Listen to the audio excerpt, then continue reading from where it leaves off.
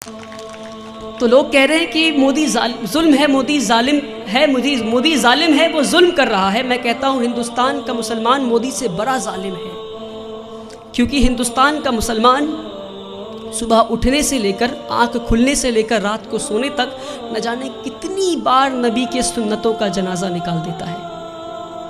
ہمارے نبی اپنے صحاباؤں کے ساتھ ایک بار گزر رہے تھے راستے سے، راستے میں انہیں ایک پتھر دکھا، نبی وہ پتھر کو پکڑتے ہیں اور راستے کے کنارے میں پھینک دیتے ہیں اور کہتے ہیں اپنے صحاباؤں سے کہ اگر تمہیں راستے میں کوئی رکاوٹ دکھے تو تم اسے ہٹا دو تاکہ تمہارے بعد جو آئے اسے پریشانی نہ ہو۔ تو صحاباؤں نے اس بات پہ اتنا عمل کیا کہ کئی سالوں کے بعد ایک یہودی کا گروپ اس راستے سے گزر رہا تھا، اسی راستے سے، اور راستے میں ایک پتھر گرا ہوا دیکھتا ہے تو پتھر کو دیکھ کر بولتا ہے کہ شاید اس راستے سے مسلمان نہیں گزرا۔ میرے بھائیوں، وہ تھا ان کا ایمان، اور ہم آج کہیں بھی بم پھٹتا ہے تو بولتے ہیں شاید مسلمانی ہوگا، کہیں بھی گولیاں چلتی ہیں تو کہتا ہے مسلمانی ہوگا۔ یہ نہیں کہہ رہا ہوں کہ مسلمان ہوگا، اپنے اندر جھانک کر دیکھیں کہیں اللہ کا عذاب تو نہیں آیا ہم پہ، کہیں اللہ تو ناراض نہیں ہم سے۔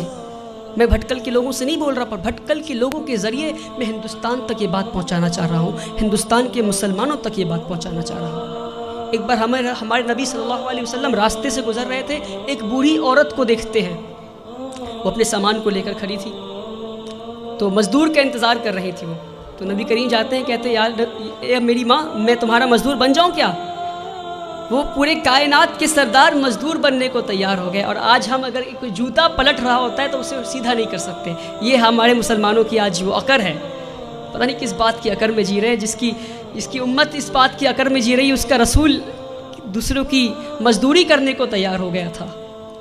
کہتے ہیں اے ماں جی میں مزدور بن جاؤں تمہارا؟ ماں جی کہتی ٹھیک ہے، وہ بوڑھی عورت کہتی ٹھیک ہے، تو مجھے مکہ کے باہر چھوڑ دو۔ نبی کریم اس بوڑھی عورت کو مکہ کے باہر چھوڑنے جاتے ہیں، راستے میں بوڑھی عورت کہتی کوئی محمد آیا ہے، کوئی جادوگر ہے، اور گالیاں دینے لگتی محمد صلی اللہ علیہ وسلم کو۔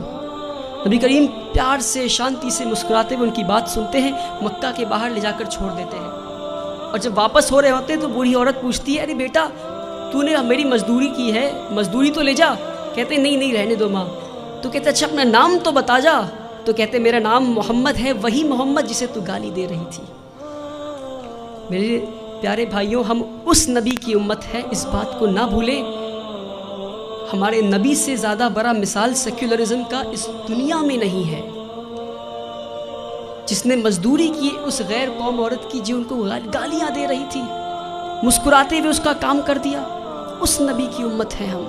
جب طائف میں گئے تو انہیں اتنی پتھر ماری گئی کہ ان کا جوتا مبارک خون سے بھر گیا۔